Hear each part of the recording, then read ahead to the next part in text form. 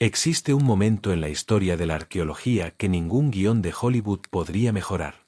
Es el 26 de noviembre de 1922.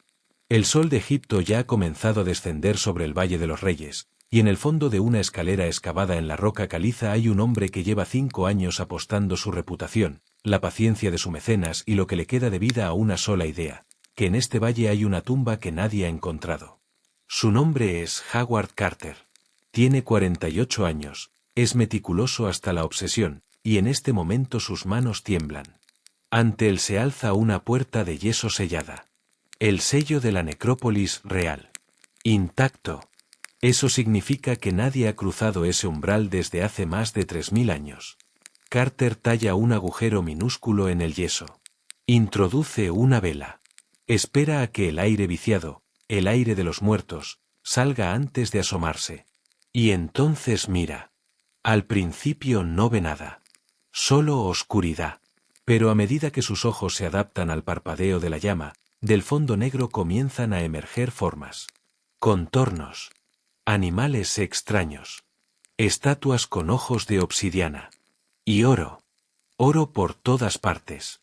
Un brillo cálido y sobrenatural que no ha visto la luz en 30 siglos. Lord Carnarvon, su mecenas, un aristócrata inglés que ha financiado años de excavaciones, está de pie detrás de él. No puede contenerse. Pregunta en voz baja, casi susurrando. ¿Ve usted algo? Carter no gira la cabeza. No puede apartar los ojos de lo que contempla. Y responde con la frase que se convertiría en la más famosa de la arqueología moderna. Sí, cosas maravillosas. Así fue como el mundo supo de Tutankamón. De la noche a la mañana, un faraón que los propios egipcios habían borrado de sus registros históricos se convirtió en el nombre más famoso del mundo antiguo. Su máscara funeraria de oro macizo, con esa expresión de serenidad casi sobrehumana, se transformó en el símbolo universal de Egipto. En icono. En mito. Pero detengámonos aquí. Hagámonos la pregunta que casi nadie hace. ¿A quién encontró realmente Howard Carter? ¿Encontró a un gran gobernante? ¿A un guerrero poderoso comparable a Ramsés el Grande, que doblegó imperios?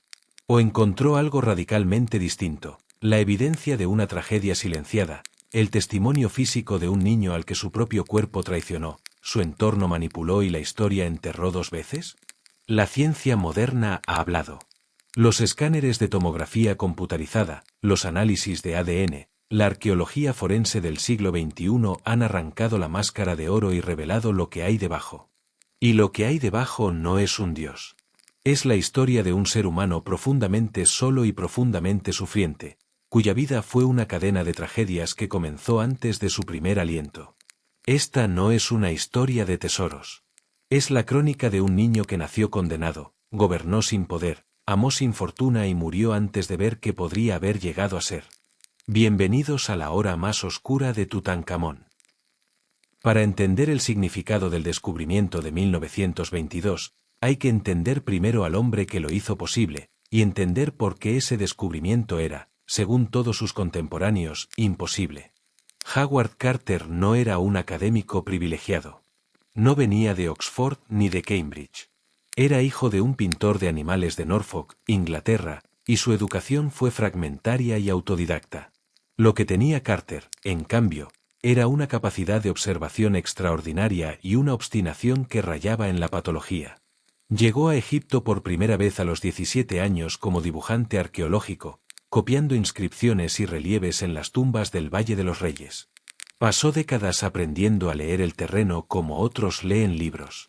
Cada grieta en la roca, cada anomalía en la estratigrafía del suelo, cada fragmento de cerámica olvidado en el polvo.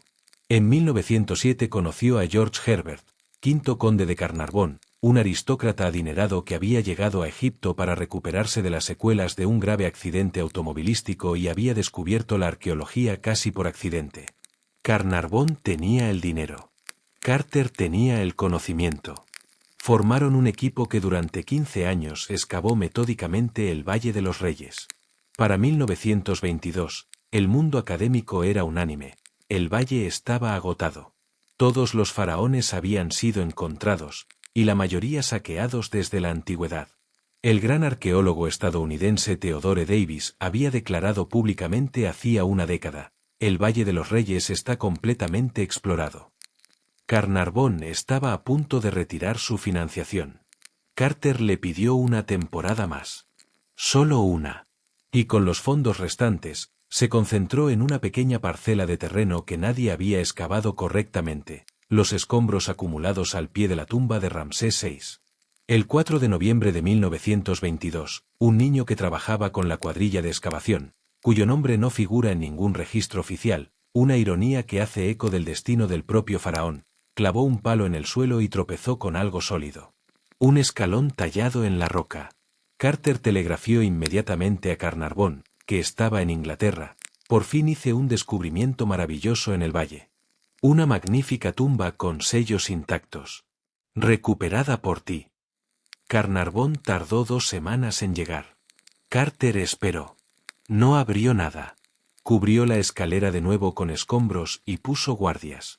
Aquella espera de 2 semanas, que para cualquier arqueólogo menos meticuloso habría sido imposible, fue quizás el mayor acto de autodisciplina en la historia de la ciencia. El 26 de noviembre de 1922, con Carnarvon a su lado, Carter descorrió el cerrojo de la eternidad. Lo que encontraron dentro era incomparable. 4 habitaciones abarrotadas de más de 5.000 objetos: carros de guerra dorados, estatuas de guardianes, cofres de alabastro llenos de aceites preciosos, tronos incrustados de piedras semipreciosas, flores secas que conservaban aún su forma, un par de sandalias que seguían esperando unos pies que nunca volverían, juegos de mesa listos para una partida que nadie reanudaría. Y en el centro de la cámara funeraria, 3 sarcófagos concéntricos. El más interno, de oro macizo, pesaba más de 100 kilos. Dentro, envuelta en vendas de lino impregnadas de resina, dormía la momia del faraón. Y sobre su rostro, la máscara. Cuando Carter la contempló por primera vez, a la luz de las linternas de queroseno, escribió en su diario una sola frase: la máscara más bella que los ojos humanos han visto jamás.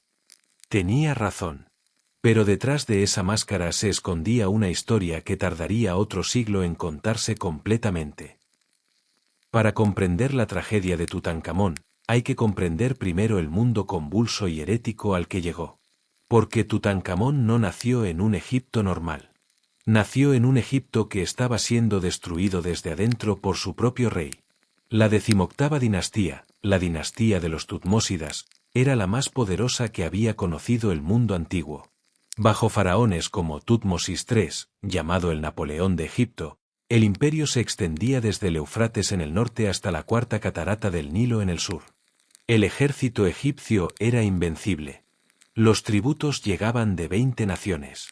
Tebas, la capital, era la ciudad más rica del mundo. Pero en el seno de este esplendor había una tensión que llevaba generaciones acumulándose como vapor bajo una tapa cerrada. El sacerdocio del dios Amón, cuyo templo principal estaba en Karnak, había acumulado tanta riqueza y tanto poder que en la práctica funcionaba como un estado dentro del estado. Los sumos sacerdotes rivalizaban en influencia con los propios faraones. Cuando Amenofis IV subió al trono alrededor del año 1353 a.C., nadie podía imaginar lo que haría a continuación. En sus primeros años de reinado, Amenofis IV mostró cierta deferencia al establishment religioso tradicional. Pero bajo esa superficie había algo que hirviendo. Una visión. Una obsesión. Quizás una locura. En un momento dado, los historiadores debaten la cronología exacta. El faraón declaró la guerra más radical que un gobernante había emprendido jamás, no contra un enemigo exterior, sino contra los propios dioses de su pueblo. Prohibió el culto a Amón. Y no solo a Amón, ordenó cerrar los templos de todos los dioses del panteón egipcio, dispersó a los sacerdotes, borró los nombres de las divinidades de los monumentos públicos, y se proclamó el único profeta del único Dios verdadero, Atón, el disco solar. No era una reforma religiosa gradual. Era una revolución total. Una iconoclastia sin precedentes en el mundo antiguo. Para subrayar su ruptura con el pasado, cambió su propio nombre. Ya no sería Amenofis, que significa Amón está satisfecho. Sería Akenatón, aquel que es beneficioso para Atón. El nombre mismo era una declaración de guerra. Pero no se detuvo ahí. Con la energía mesiánica de alguien que cree haber recibido una revelación divina, decidió que no bastaba con cambiar la religión, había que cambiar el espacio físico mismo en el que vivía la civilización egipcia. Eligió un lugar en el desierto a orillas del Nilo, a mitad de camino entre Tebas y el delta, donde nunca habían existido templos ni ciudades. Un lugar que decía haberle señalado el propio Atón. Allí ordenó construir, con una velocidad frenética, una nueva capital, Ajetatón, que significa el horizonte de Atón. La conocemos hoy como Amarná. La construcción fue prodigiosa. En menos de 5 años, en lo que había sido desierto yermo surgió una ciudad con palacios, templos, avenidas procesionales, talleres, puertos y barrios residenciales. Una utopía solar erigida sobre la arena. Los templos de Amarná eran radicalmente distintos a todos los templos anteriores. No tenían techo. Sus patios estaban abiertos al cielo para que nada interpusiera entre los fieles y Atón, el disco de luz. Era una arquitectura de la transparencia, concebida para una religión de la luz. Y aquí, en esta ciudad extraña y aislada del mundo real, nació alrededor del año 1341 a.C. el niño que la historia conocería como Tutankamón. Pero antes de hablar de su nacimiento, hay que hablar de la catástrofe biológica que lo precedió.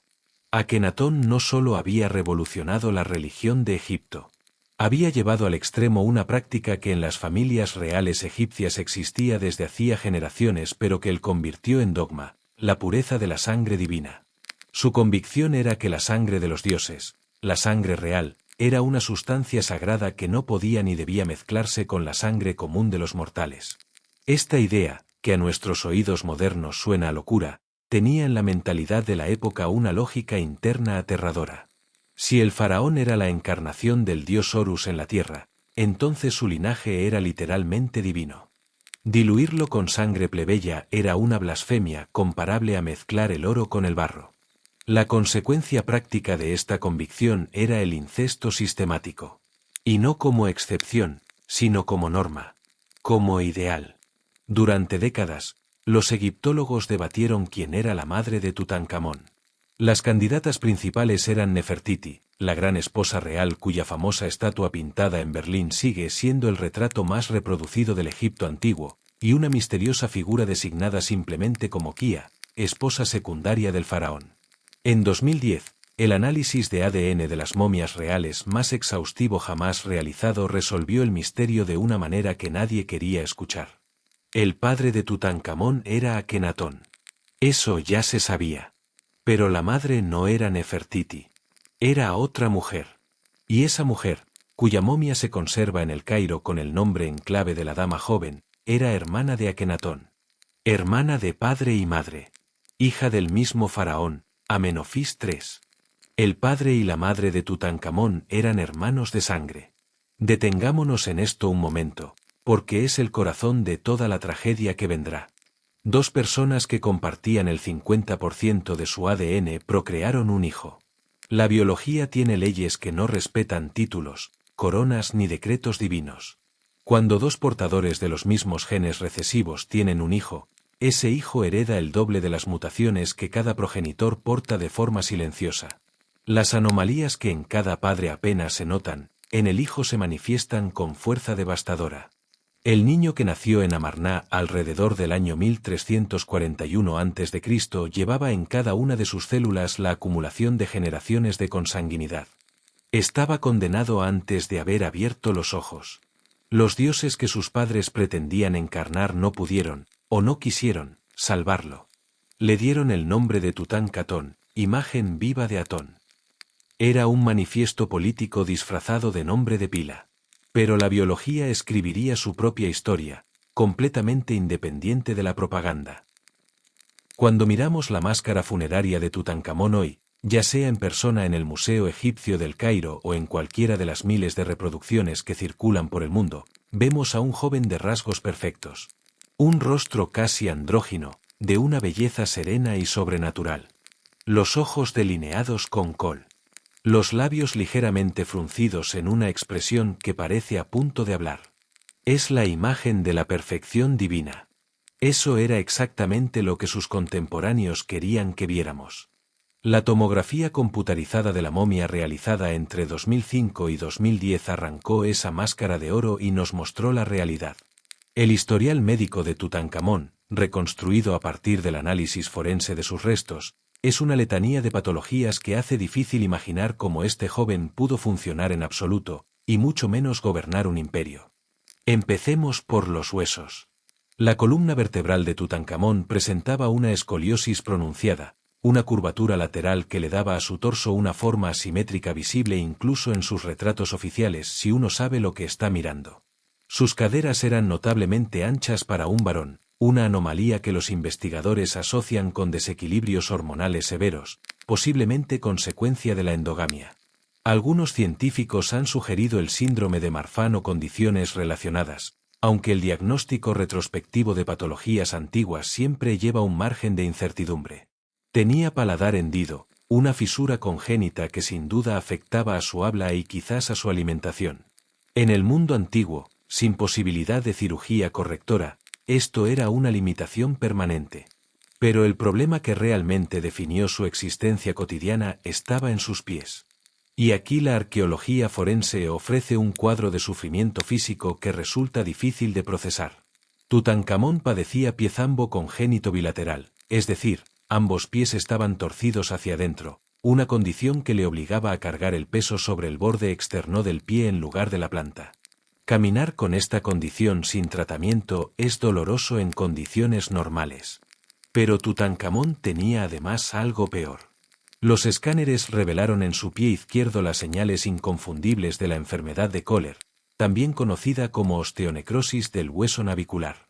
Es una patología en la que el suministro sanguíneo al hueso navicular del pie se interrumpe.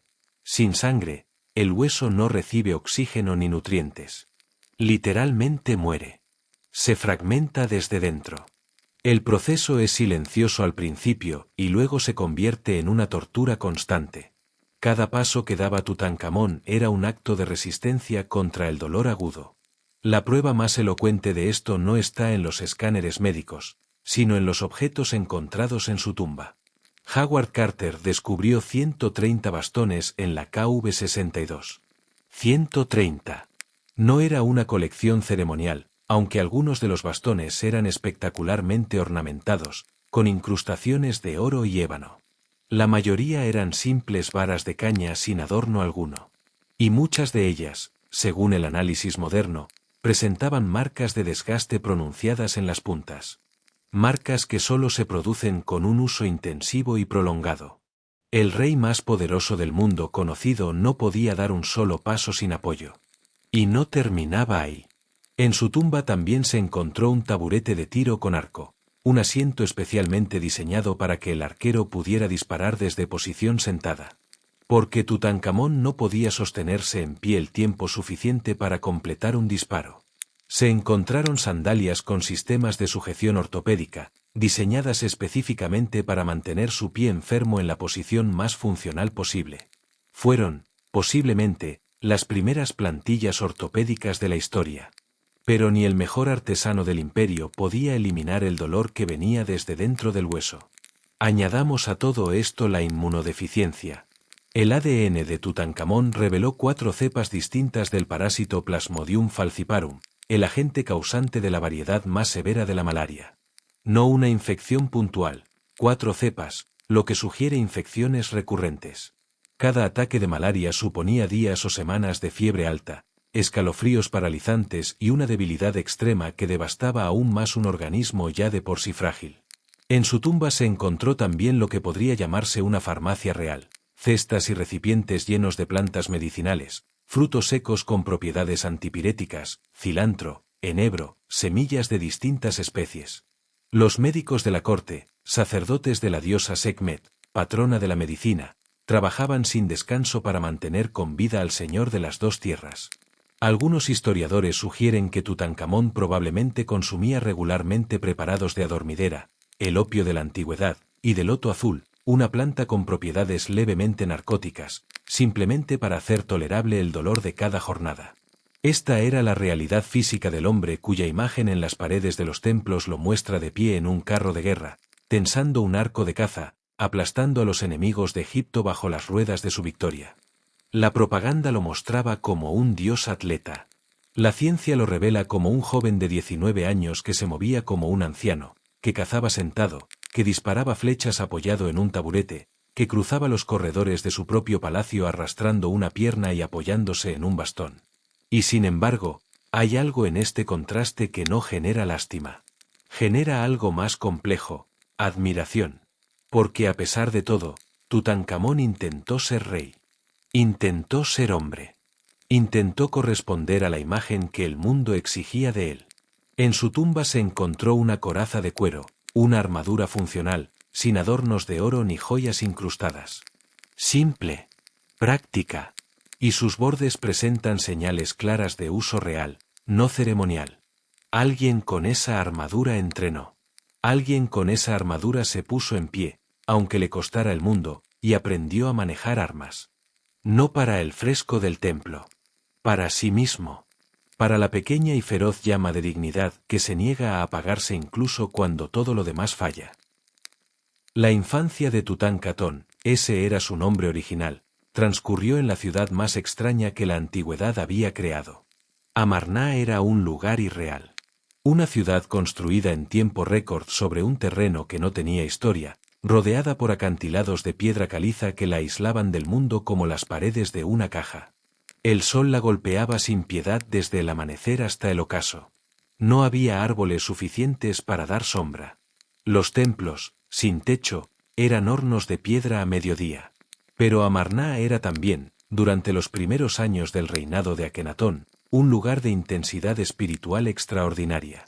El faraón escribió el gran himno a Atón, uno de los textos religiosos más hermosos de la antigüedad, un poema que celebra la luz solar como fuente de toda vida con una sensibilidad que anticipa los salmos bíblicos en siglos. La corte vivía en un estado de exaltación religiosa permanente. Los rituales al amanecer, cuando la familia real bajaba al templo a saludar al disco solar, eran espectáculos de una belleza extraña y conmovedora.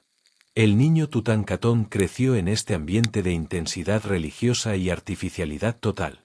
Su padre era un visionario que había puesto patas arriba la mayor civilización del mundo. Su madre, la hermana de su padre, aunque él no sabía o no comprendía eso, era invisible en los registros oficiales. En los monumentos de Amarna, la mujer que aparece junto al faraón no es la madre del niño sino Nefertiti, la gran esposa real, cuya influencia sobre su marido era tan grande que algunos historiadores han sugerido que gobernó sola durante un periodo breve tras la muerte de Akenatón. Tutankamón tuvo hermanas, las 6 hijas de Akenatón y Nefertiti, algunas de las cuales aparecen en los famosos relieves de Amarna jugando a los pies de sus padres en escenas de intimidad familiar que no tienen paralelo en el arte oficial del Egipto faraónico. Una de esas niñas sería su futura esposa. Pero el ambiente idílico era una ilusión de mármol sobre barro. Mientras Akenatón rezaba a su disco solar e ignoraba los despachos militares, el imperio se desmoronaba. Las cartas de Amarna, un archivo diplomático extraordinario descubierto en el siglo XIX, conservan las quejas desesperadas de los vasallos egipcios en Canaán y Siria, acosados por pueblos invasores y suplicando refuerzos que nunca llegaban. ¿Dónde está el rey?, preguntaban repetidamente los gobernadores provinciales. Los enemigos han tomado las ciudades del rey. Envía tropas. Akenatón no enviaba tropas. Escribía himnos. La economía del país se hundía porque los sacerdotes del nuevo culto, sin la milenaria red de los templos tradicionales, no podían gestionar la redistribución de recursos que esos templos habían garantizado durante siglos. Las cosechas fallaban y nadie coordinaba los almacenes de grano. El pueblo murmuraba. Los sacerdotes exiliados conspiraban. El niño Tutankamón tenía unos 9 años cuando este castillo de naipes colapsó. Akenatón murió. Las circunstancias exactas de su muerte siguen siendo oscuras. Enfermedad, golpe de estado, agotamiento físico. No lo sabemos. Pero sabemos lo que ocurrió después. El vacío de poder fue inmediato y violento. Durante un periodo breve y confuso, posiblemente Nefertiti o su hija mayor gobernaron bajo nombres distintos. El experimento de Amarna agonizaba. Y en el centro de ese caos, Un niño pequeño con los huesos enfermos y el nombre equivocado se convirtió de repente en el último bastión de una dinastía. Los hombres de poder lo miraron y vieron no a un niño. Vieron una herramienta. La coronación de Tutankamón, ya con su nuevo nombre, cambiado para borrar la memoria del dios herético de su padre, fue un ritual de horas que el niño tuvo que soportar de pie, o intentando estarlo, con el Sent, la doble corona del Alto y Bajo Egipto, sobre su cabeza. La doble corona no era una pieza liviana. Era una construcción elaborada, simbólicamente cargada de todo el peso del Estado. Para cualquier niño hubiera sido incómoda. Para un niño con escoliosis, pie zambo y los huesos en proceso de necrosis, era una prueba de resistencia al dolor. Pero la corona física era lo de menos. El verdadero peso era el que aguardaba en las sombras del trono. Dos hombres controlaban de facto el poder del nuevo Estado, y ambos eran maestros de la supervivencia política en un mundo en el que los errores se pagaban con la vida. El primero era Ay, llamado Padre Divino, un título que en el código de la corte egipcia significaba algo próximo a consejero supremo del rey. Ay era un hombre mayor, probablemente pariente de la familia real. Algunos historiadores lo sitúan como tío del propio Tutankamón, que había servido a Akenatón y sobrevivido al fin de Amarná sin que ninguno de los dos bandos lo eliminara. Eso en sí mismo era una hazaña que revelaba su maestría en el arte de la intriga. Controlaba la burocracia, los tribunales, el acceso al oído del pequeño rey. Era, en la práctica, la voz de Tutankamón. El segundo era Horemheb, el comandante en jefe del ejército. Un hombre completamente distinto a Ay, pragmático hasta la dureza, sin paciencia para los rituales cortesanos, que había visto cómo el ejército se debilitaba durante los años del fanatismo religioso de Akenatón y tenía una agenda clara: restaurar la capacidad militar de Egipto y eliminar todo rastro de la herejía amarniana. Controlaba las guarniciones, las fronteras, las armas. Estos dos hombres, el viejo burócrata y el duro general, habían alcanzado un equilibrio precario entre ellos mientras ambos miraban al niño del trono como una pantalla de legitimidad. Tutankamón les daba lo que ninguno de los dos podía darse a sí mismo: la legitimidad dinástica de la sangre real. Sin él, ninguno podía gobernar sin ser visto como un usurpador. Con él, ambos podían presentar sus decisiones como decretos del faraón. La primera decisión del nuevo gobierno fue la restauración religiosa. La revolución de Akenatón fue declarada oficialmente un error. Los viejos dioses volvieron. Los templos de Amón fueron reabiertos, restaurados, enriquecidos con donaciones reales. Los sacerdotes que habían sido dispersados regresaron triunfalmente a sus funciones. Y Tutankamón, con la mano guiada por Ay, publicó la Estela de la Restauración, un documento en el que se describía el estado de Egipto durante el reinado herético como una catástrofe: templos en ruinas, dioses furiosos, ejércitos derrotados, el orden cósmico roto. La culpa de todo se atribuía, de manera implícita pero inequívoca, al padre del niño que firmaba el documento. Imaginen por un momento lo que significa eso. Tenéis 9 años. Acabáis de perder a vuestro padre. Los hombres que os rodean os obligan a firmar un texto que llama a ese padre hereje y responsable de todas las desgracias de vuestro pueblo. Y también os dicen que el nombre que os puso al nacer, que era el nombre del Dios en el que él creía, ya no puede existir. Que a partir de ahora sois otra persona. El cambio de nombre en el antiguo Egipto no era un acto administrativo. Era un cambio de identidad esencial. De destino. Tutankamón, imagen viva de Atón, murió. Nació Tutankamón, imagen viva de Amón. El niño había sido borrado y reescrito. Todo para sobrevivir en el tablero de ajedrez de los adultos. La corte empacó sus cosas. Una enorme procesión de barcas doradas descendió el Nilo desde Amarná hasta Menfis y Tebas. La ciudad del sol era abandonada. Tutankamón, de pie en la cubierta de la barca real, veía alejarse para siempre la única ciudad que había conocido, la ciudad donde había nacido, donde había aprendido a rezar, donde su infancia, en la medida en que había tenido infancia, había transcurrido. Ajetatón fue condenada. No solo abandonada, sistemáticamente demolida. Sus piedras se arrancaron y reutilizaron para construir nuevos monumentos. Sus frescos fueron cubiertos o destruidos. Su nombre fue borrado de los registros. El viento del desierto hizo el resto. Hoy, si visitáis el lugar que fue Amarná, encontraréis un paisaje árido y plano a orillas del Nilo, con algunas tumbas excavadas en los acantilados y los tenues trazos de cimientos en el suelo polvoriento. Nada más. La utopía solar se convirtió en polvo más rápido de lo que tardó en construirse. Y el niño que nació allí llegó a un mundo oscuro y enorme y frío, a los palacios gigantescos de Tebas, con sus columnas de 30 metros de altura y sus corredores que olían a incienso y a secretos viejos, rodeado de espías, consejeros y sacerdotes que veían en él no a un ser humano sino una función. Una firma. Un sello. Hay un rasgo del arte de la tumba de Tutankamón que los arqueólogos señalaron desde el principio como extraordinariamente inusual para el arte oficial egipcio. Las escenas que decoran los objetos encontrados en la KV62, particularmente el trono de oro, el cofre pintado, las diversas plaquetas de marfil, muestran al faraón y a su esposa Ankesenamón en situaciones de intimidad real, cotidiana, casi doméstica. Ella le unge el hombro con aceite perfumado. Él la mira mientras ella le ofrece una flor de loto. Los dos de pie en el jardín, hombro con hombro. Ella le ayuda a tensar la cuerda del arco, porque su marido no tiene fuerza suficiente para hacerlo solo. El arte oficial egipcio era un arte de la monumentalidad y el poder. Las representaciones del faraón eran símbolos del Estado, no retratos de personas reales. La intimidad no tenía lugar en él. Y sin embargo, aquí está, dos adolescentes mirándose con una ternura que 3000 años de entierro no han podido borrar. Ankesenamón era hija de Akenatón y Nefertiti.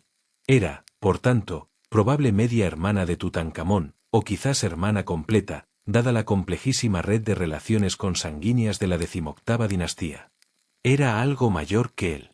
Y había crecido en la misma ciudad extraña, bajo el mismo padre obsesionado, en el mismo mundo artificial que de repente se derrumbó. Cuando Tutankamón fue coronado, también la coronaron a ella. La joven Ankesenatón, su nombre también fue cambiado, se convirtió en la gran esposa real. En la práctica, eran dos náufragos en un barco ajeno. Los frescos nos cuentan, con la discreción propia del arte antiguo, una historia de afecto genuino. Ella está siempre cerca. No en la posición protocolaria de la reina que acompaña al faraón como símbolo, sino en la posición de alguien que está allí por elección. Sus gestos tienen esa naturalidad que los artistas del protocolo no fingirían nunca si no les hubieran pedido explícitamente que la representaran.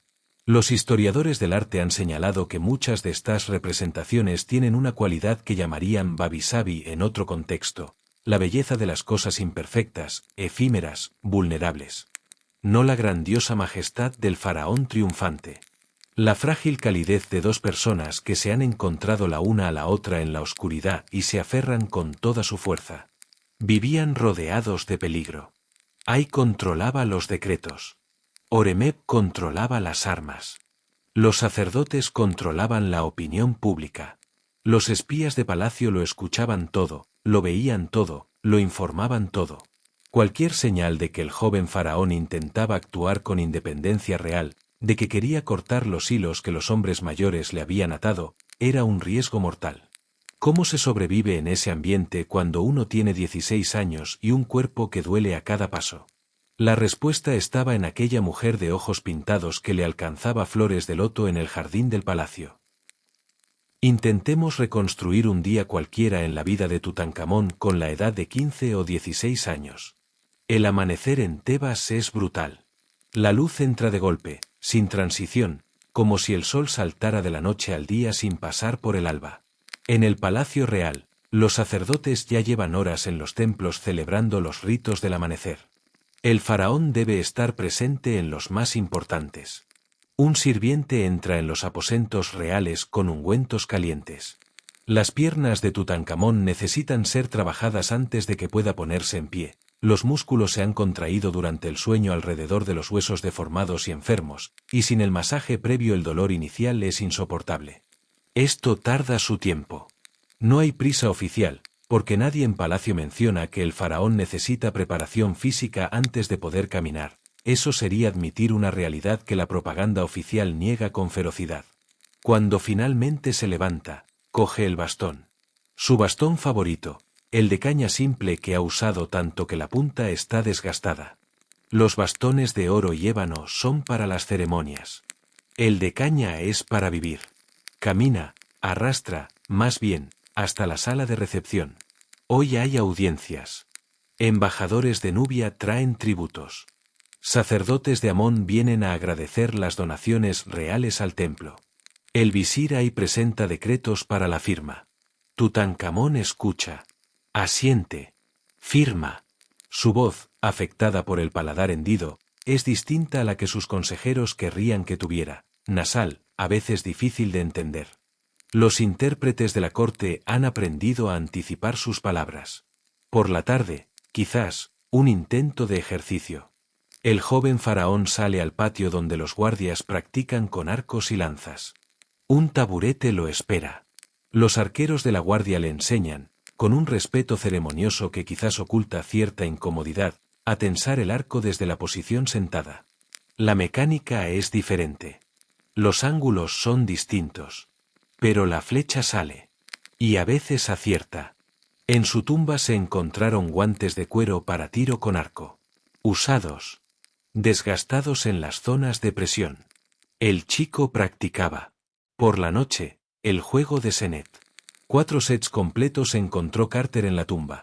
El juego de mesa más popular del antiguo Egipto, una especie de carrera de fichas con connotaciones místicas. En los textos mágicos egipcios, el Senet se asociaba con el viaje del alma por el inframundo.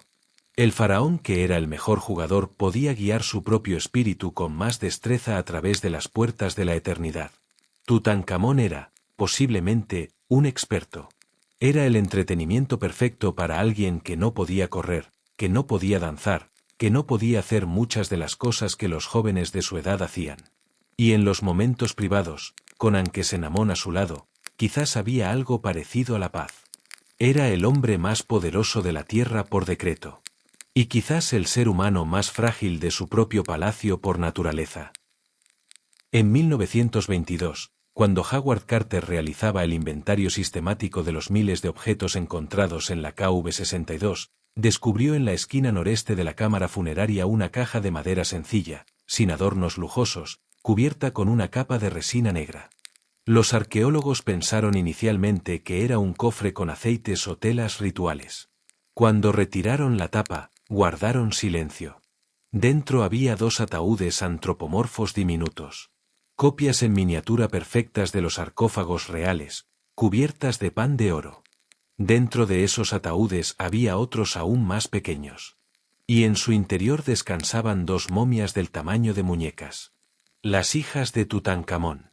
2 niñas que no llegaron a ver el mundo.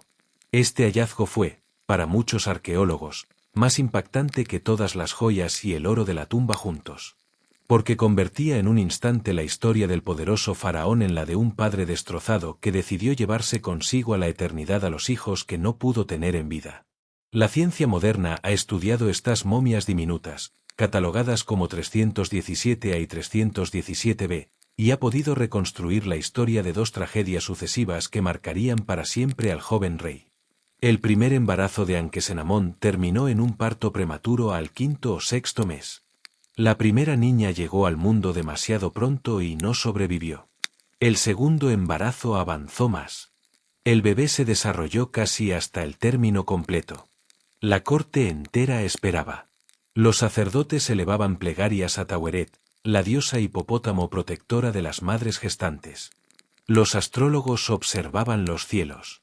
La comida en el palacio tenía el sabor particular de la esperanza sostenida. Y entonces llegó el parto. Y el palacio no resonó con el llanto de un bebé recién nacido. Resonó con el llanto de la madre. La segunda niña nació muerta. El análisis de su momia reveló por qué. Padecía una grave deformación congénita de la columna vertebral, la deformidad de Sprengel, una anomalía severa de los omóplatos asociada con malformaciones vertebrales, que era incompatible con la vida fuera del útero.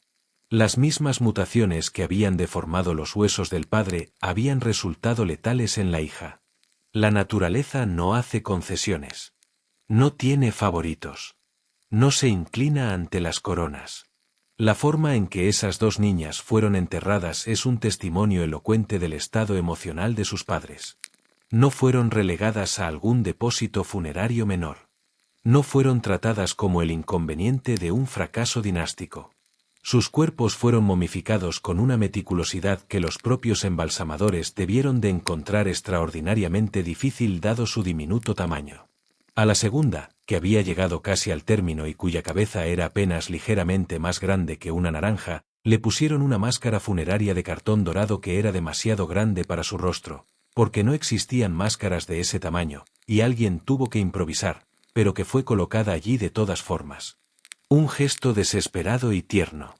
Un padre que quería que su hija tuviera en el más allá la dignidad de reina que no pudo tener en este mundo. Tutankamón tenía aproximadamente 16 o 17 años cuando murió la segunda niña. Sabía entonces lo que significaba. Sin heredero, la gran 18 dinastía, la línea de los Tutmósidas que había conquistado el mundo, terminaba en él. Su trono, su corona, su legado, todo lo que quedaba de su padre y su abuelo y todos sus antepasados, pasaría a manos de extraños. Ya lo esperaban. Ay y Oremeb habían esperado con paciencia de reptil durante años. El tiempo siempre trabaja a favor de quienes saben esperar. Los historiadores notan que fue precisamente después de la muerte de sus hijas cuando comenzaron a aparecer en los decretos del rey señales de una creciente voluntad de independencia. Cambios en los mandos militares. Instrucciones que no pasaban necesariamente por los filtros habituales. Una o dos decisiones que parecen tomadas por alguien que ha decidido dejar de tener miedo. Quizás porque ya no tenía nada que perder. Año 1323 a.C. Tutankamón tiene 19 años. En los estándares del Egipto antiguo, donde la esperanza de vida era de 40 años para quienes llegaban a adultos, 19 años era la edad de la plenitud. El tiempo en que un joven se convertía en hombre completo. Para Tutankamón, la plenitud era una crueldad. Su cuerpo tenía la edad de un anciano. Sus huesos llevaban años traicionándolo. Su sistema inmunológico era una puerta abierta a cualquier infección. Durante casi 100 años tras el descubrimiento de la tumba, el mundo estuvo convencido de que Tutankamón había sido asesinado. Era la narrativa perfecta, el joven rey incómodo, eliminado por sus propios consejeros. La primera radiografía de la momia, realizada en 1968, mostró un fragmento de hueso suelto dentro de la cavidad craneal. La conclusión parecía obvia, un golpe en la nuca. Los sospechosos principales eran, naturalmente, los dos hombres que más tenían que ganar con su muerte. El viejo Ay, sediento de trono, y el general Oremeb. Pero en 2005, un equipo de científicos dirigido por el arqueólogo Zahi Hawass realizó la tomografía computarizada más completa jamás hecha de la momia de Tutankamón. Tomaron más de 1700 imágenes de corte transversal del cuerpo. El resultado demolió la teoría del asesinato. El fragmento de hueso en el cráneo no estaba allí desde el momento de la muerte. Había entrado después del fallecimiento, probablemente durante el apresurado proceso de momificación o cuando Carter y su equipo tuvieron que manipular la momia para retirar la máscara de oro, que estaba literalmente pegada al rostro con resina endurecida. El cráneo de Tutankamón estaba intacto en el momento de la muerte. Pero el escáner encontró algo más. Algo mucho más significativo. En el muslo izquierdo, justo por encima de la rodilla, los médicos identificaron las trazas de una fractura grave y conminuta, un hueso astillado en múltiples fragmentos, que presentaba características inequívocas de haber ocurrido poco antes de la muerte. No había signos de cicatrización ósea, lo que indicaba que la fractura era reciente. Pero sí había restos de resina de embalsamar que habían penetrado profundamente en el hueso, prueba de que la herida era abierta, es decir, que el hueso había atravesado la piel. En el siglo XIV a.C., una fractura de hueso abierta en el muslo era casi inevitablemente mortal. ¿Cómo ocurrió? En la tumba de Tutankamón se encontraron 6 carros de combate. 6 carros ligeros, de construcción magistral, con ruedas de radios cruzados que les permitían velocidades y maniobras que ningún vehículo sobre ruedas volvería a alcanzar hasta el siglo XIX.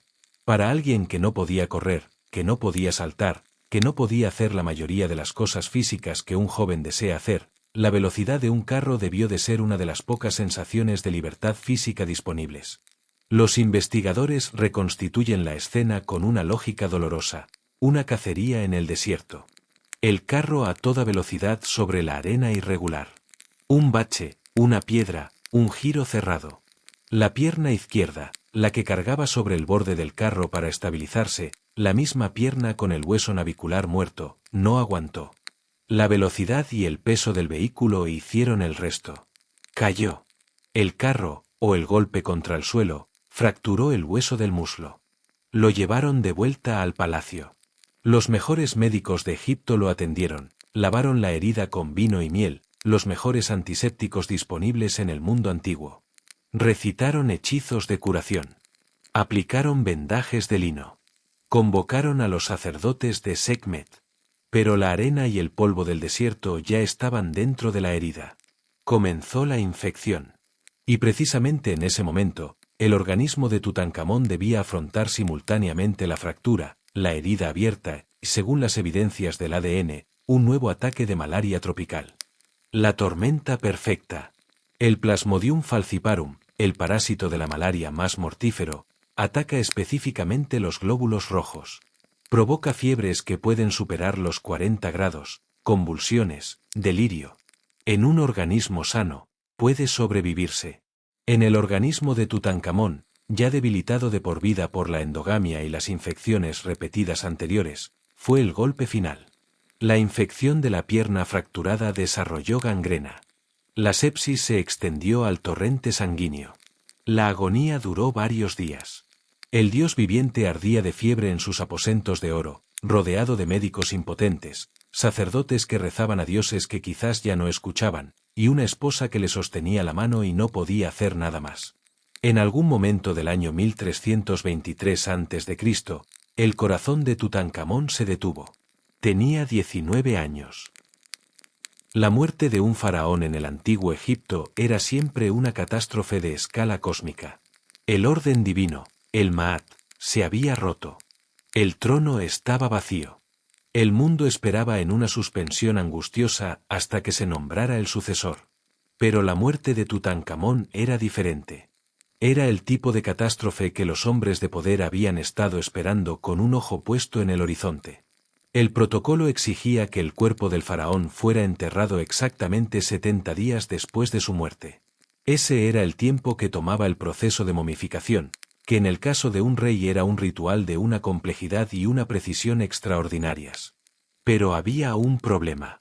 La tumba que estaba siendo preparada para Tutankamón, una tumba en el Valle Occidental, más grande y más apropiada para un rey, según las investigaciones modernas, estaba lejos de terminarse. El viejo visir que ya se veía a sí mismo como el nuevo faraón, tomó una decisión que la historia solo puede calificar de cínica.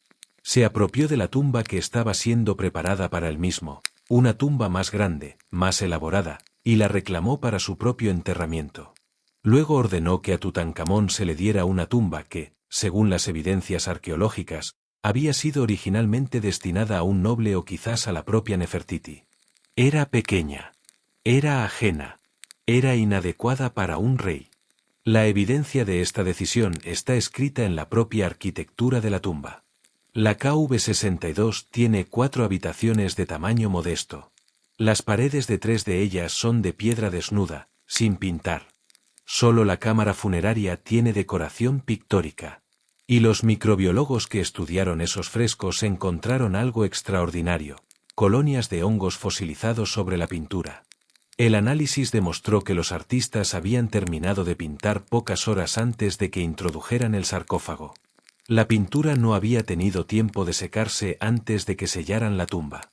El pánico de los trabajadores está literalmente preservado en las paredes. Hay además en la pared norte de la cámara funeraria una imagen que es, en sí misma, uno de los documentos políticos más reveladores del mundo antiguo. Muestra a ya vestido con la piel de leopardo del sumo sacerdote, ya portando la corona de faraón, realizando sobre la momia de Tutankamón el ritual de la apertura de la boca. Normalmente, ese ritual lo realizaba el hijo y heredero del difunto. Era el último acto de piedad filial. No era hijo de Tutankamón. Era su verdugo de facto, el hombre que lo había usado como marioneta y que ahora lo usaba una última vez. Al enterrarlo, al realizar ese ritual, Ay se proclamaba su heredero legítimo ante todo Egipto. El niño muerto le daba lo que el niño vivo ya no podía negarle. Anque-Senamón, la joven viuda, comprendió perfectamente lo que se avecinaba. En la desesperación, tomó una decisión que habría sido impensable años antes. Escribió en secreto al rey Suppiluliuma de los hititas, el enemigo tradicional de Egipto, pidiendo que le enviara uno de sus hijos para casarse con él. «Tengo miedo», escribía. «Mi esposo ha muerto y no tengo hijo. Nunca tomaré como esposo a mi sirviente». Con sirviente se refería a Ay. El rey hitita respondió enviando a su hijo Zananza a Egipto. El príncipe fue asesinado en la frontera, probablemente por orden de Horemheb. Anque-Senamón fue obligada a casarse con Ay para legitimar su usurpación. Poco después desaparece completamente de todos los registros históricos. No sabemos cómo murió. Solo sabemos que murió, o que fue eliminada, o que alguien decidió que su historia no merecía ser contada. El reinado de Ay fue breve. Cuando murió, Horemheb tomó el poder que siempre había querido. Y entonces comenzó la erasión final. Horemheb, que no tenía una gota de sangre real, decidió que la mejor manera de legitimar su usurpación era eliminar a todos sus predecesores. Mandó a sus canteros recorrer todo Egipto con instrucciones precisas, borrar los nombres de Akenatón, Tutankamón y Ay de todos los cartuchos, de todas las estelas, de todos los relieves. Destruir sus estatuas o regrabarlas con su propio nombre. En la lista oficial de reyes, en la famosa lista real de Abidos, Horemheb se inscribió a sí mismo inmediatamente después de Amenofis III, como si los 20 años de Amarná simplemente no hubieran existido. Para los egipcios, que creían que pronunciar el nombre de un difunto era mantenerlo vivo, esto equivalía a una segunda muerte, la muerte del alma. La destrucción definitiva. Tutankamón fue condenado al olvido total. Y paradójicamente, esa condena fue lo que lo salvó. 200 años después, cuando se construía la tumba de Ramsés I en el Valle de los Reyes, los trabajadores, que no tenían ni idea de que bajo sus pies dormía la tumba de un faraón borrado de la historia, cubrieron su entrada con escombros de construcción y levantaron encima sus cabañas de trabajo. La entrada a la KV-62 desapareció bajo metros de roca y basura. Cuando llegaron los saqueadores, y llegaron, durante siglos, vaciando sistemáticamente las tumbas de los grandes faraones, pasaron de largo. No encontraron lo que no buscaban.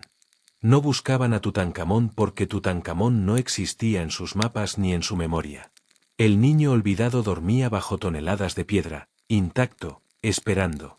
3000 años después, un hombre obstinado con manos temblorosas y una vela encendida en la oscuridad le devolvió la vida. El 5 de abril de 1923, en el Hotel Continental de El Cairo, Lord Carnarvon murió. Tenía 56 años y una salud frágil que los años de expediciones en el clima extremo de Egipto habían deteriorado. La causa inmediata de su muerte fue una infección bacteriana, sepsis, desencadenada por una herida banal. El Lord se había cortado accidentalmente con la navaja de afeitar sobre una picadura de mosquito en la mejilla. En la era anterior a los antibióticos, cualquier infección podía convertirse en mortal en cuestión de días. Pero lo que convirtió su muerte en leyenda no fue la muerte en sí misma. Fue la hora exacta. En el momento en que Carnarvon exhaló su último aliento en el Hotel del Cairo, se fue la luz en toda la ciudad. Todo el Cairo quedó a oscuras de manera inexplicable.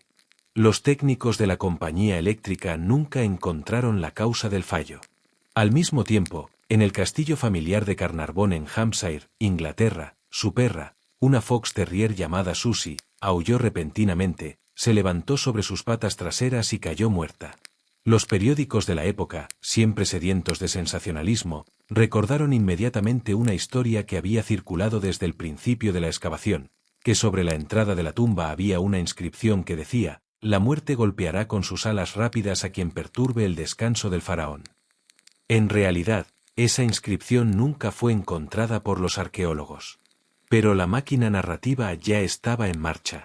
En los meses y años siguientes, los periódicos elaboraron una lista de las víctimas de la maldición que incluía a varias decenas de personas relacionadas de alguna manera con la tumba. el radiólogo que había examinado la momia, un millonario estadounidense que había visitado la KV-62 como turista, el secretario personal de Carter, un príncipe egipcio que había estado presente en la apertura. Los escépticos apuntaron con razón que la lista requería un criterio de selección bastante elástico para llegar a esas cifras. Y señalaron el caso más obvio: Howard Carter, el hombre que había violado personalmente la paz del faraón, que había pasado años dentro de la tumba, que había desmontado la momia con sus propias manos, vivió 16 años más después del descubrimiento y murió de linfoma de Hodgkin en 1939. Si había una maldición, tuvo la elegancia de ignorar al principal culpable. Los microbiólogos modernos han ofrecido una explicación más prosaica pero igualmente fascinante. En una tumba sellada durante 3000 años se pueden acumular colonias de microorganismos que, al ser perturbadas, liberan esporas potencialmente nocivas para personas con sistemas inmunológicos comprometidos. Aspergillus niger, un hongo cuyas esporas producen toxinas respiratorias, fue identificado en algunas de las momias del Valle de los Reyes. Para individuos ya debilitados por enfermedades previas, como el propio Carnarvon, que sufría del corazón, la exposición podría tener consecuencias graves. Pero hay algo más perturbador que cualquier maldición sobrenatural. Algo que Carter y Derry hicieron en 1925 cuando llegó el momento de retirar la momia del sarcófago. La resina con la que los embalsamadores habían cubierto el cuerpo de Tutankamón se había endurecido durante 3000 años hasta convertirse en una sustancia casi pétrea que pegaba literalmente la momia al ataúd de oro. Para separar el cuerpo del sarcófago, Carter y el anatomista Douglas Derry tomaron una decisión que hoy resulta difícil de justificar. Desmembraron la momia. Le cortaron la cabeza para poder retirar la máscara de oro. Separaron el torso a la altura de la cadera para poder extraer el cuerpo de la resina. Le arrancaron los brazos y las piernas para retirar los brazaletes y tobilleras. El dios viviente fue desmantelado en piezas sobre una mesa de trabajo del año 1925. En su defensa, hay que decir que los estándares arqueológicos de la época eran radicalmente distintos a los actuales, y que Carter y Derry documentaron con escrupulosidad cada paso del proceso. Pero es difícil no sentir cierta incomodidad ante la imagen. Tutankamón quería la inmortalidad. La magia del enterramiento egipcio, los encantamientos del libro de los muertos, los ritos de la apertura de la boca, todo estaba diseñado para garantizar que el alma del faraón pudiera reunirse con su cuerpo en la eternidad y vivir para siempre en los campos de Yalu, el paraíso egipcio. Lo que obtuvo fue otra cosa. Hoy, la momia de Tutankamón yace en una caja de cristal con control de temperatura y humedad en su propia tumba en el Valle de los Reyes. Cada día, miles de turistas de todo el mundo desfilan ante ella. Miran su rostro ennegrecido por la carbonización química que sufrió dentro del sarcófago. Ven sus dientes, sus costillas, el muñón de sus piernas. Sacan fotos. Algunos se ríen porque no saben qué otra reacción tener. La fórmula del libro de los muertos dice: está vivo aquel cuyo nombre se pronuncia. Hoy, miles de millones de personas conocen el nombre de Tutankamón. En ese sentido, es más inmortal que cualquier otro ser humano de su época. Pero también es el único que nunca ha podido descansar. La historia de Tutankamón es, en el fondo, una historia sobre los límites de la condición humana. Sobre lo que ocurre cuando los seres humanos, por las razones que sean, religiosas, políticas, de vanidad o de miedo, se convencen de que están por encima de las leyes que gobiernan a todo lo demás. Sus padres intentaron crear un linaje divino. Crearon un niño que sufría a cada paso que daba. El sistema político que lo coronó intentó crear la ilusión de un dios gobernante. Creó a un adolescente solitario y manipulado que nunca supo lo que era el poder real. Los embalsamadores que lo prepararon para la eternidad dejaron en su cuerpo las huellas del caos y la prisa. Y los arqueólogos que lo descubrieron, con las mejores intenciones científicas del mundo, lo desmembraron en nombre del conocimiento. En cada etapa de su historia, alguien creyó que sus necesidades, sus objetivos, sus visiones eran más importantes que la realidad del ser humano que tenían delante. Quizás esa es la verdadera lección de Tutankamón. No la lección de la grandeza egipcia, sino la lección de la fragilidad humana. La lección de que los cuerpos no obedecen a las ideologías. La lección de que la soledad de un niño en un palacio de oro es, a fin de cuentas, la misma soledad de cualquier niño en cualquier lugar. Cuando miramos su máscara de oro hoy, vemos grandeza y serenidad. Una belleza fría y perfecta. Pero ahora sabemos lo que hay detrás de esa máscara. Hay una pierna rota. Hay hijas muertas. Hay una ciudad destruida que fue la única infancia que conoció. Hay un hombre joven que intentó ser rey, que intentó ser padre, que intentó ser simplemente un ser humano en un mundo que no le dejaba serlo. Y hay, también, esta pregunta que no tiene respuesta cómoda: ¿le hemos tratado mejor que sus contemporáneos? Los egiptólogos debaten. Los turistas fotografían. Los museos exhiben. Los documentales lo cuentan.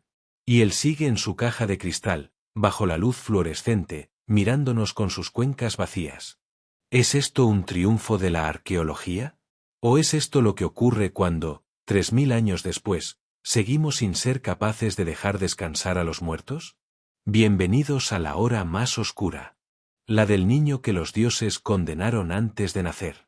La del faraón que el mundo quiso olvidar. La del hombre que nunca pudo ser.